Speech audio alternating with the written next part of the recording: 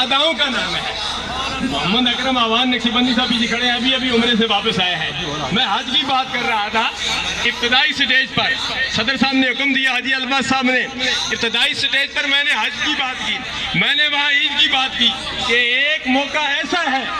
جس پر حاجی الباز صاحب نے بھی عید نہیں پڑھی ہے، حاجی الیاس صاحب نے بھی عید نہیں پڑھی ہے، حاجی گلاب خان میرے ساتھ کھڑے ہیں، انہوں نے بھی عید نہیں پڑھی ہے۔ ایسا موقع ہے آج میں کئی لوگ موجود ہیں جنہوں نے اس موقع پر عید نہیں پڑھی ہے۔ میں دعا کرتا ہوں یا اللہ وہ مجھے بھی موقع دے دے، ہمیں بھی موقع دے دے کہ ہم بھی ایک موقع پر ہم بھی عید نہ پڑھیں۔ وہ کون سا موقع تھا؟ وہ ایسا موقع تھا جس پر میرے اور آپ کے آقا نامدار امام الانبیاء علیہ تحیت و ثنا، جن کا آج میلاد منانے کے لیے آئے ہیں، جن کی میلاد پر آپ جھنڈے لہرا رہے ہیں، جن کی میلاد پر آپ خوشیوں کا اظہار کر رہے ہیں، جن کی میلاد پر ڈاکٹر ضیاء الرحمن نورانی صاحب نے جبہ بھی پہنا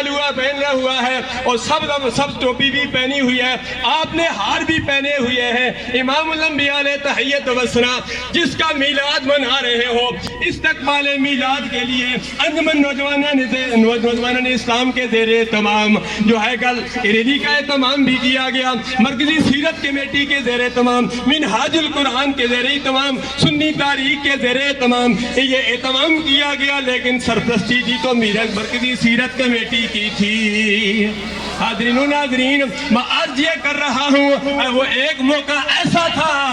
اللہ اللہ وہ موقع اسی مرتبہ بلال محمد الیاس قادری صاحب کو بھی اللہ تبارک و تعالیٰ نے دیا ہے، علامہ محمد رضا ساکی مصطفی صاحب کو بھی دیا ہے، علامہ جلالی صاحب کو بھی دیا ہے، ہمارے کئی جیت علماء کرام کو دیا ہے، قائد ملت اسلامیہ علامہ امام شاہ نورانی کو بھی دیا تھا، کشتہ مصطفیٰ اعلیٰ حضرت عظیم البرکت کو بھی دیا تھا، جس امام کے ہم مقلد ہیں امام ابو حنیفہ کو بھی دیا تھا۔ اللہ اللہ اللہ اللہ وہ کون سا موقع ہے؟ وہ حج کا موقع ہے۔ حج کے موقع پہ نہ عام لوگ عید پڑھتے ہیں نہ خاص لوگ عید پڑھتے ہیں۔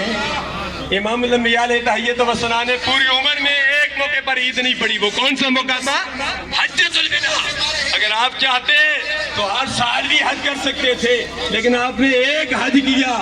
تاکہ دنیا والوں کو بتا دیا کہ اگر میں اور حج کروں گا تو امت کے لیے بھی فرض ہو جائے گا۔ اللہ اللہ، ساتواں پارہ پڑھیے، یا میں اس تفسیر کی طرف یا ایھا الذین آمنوا لا تسألوا عن اشیاء ان تبد لکم تسؤکم، اس تفسیر کی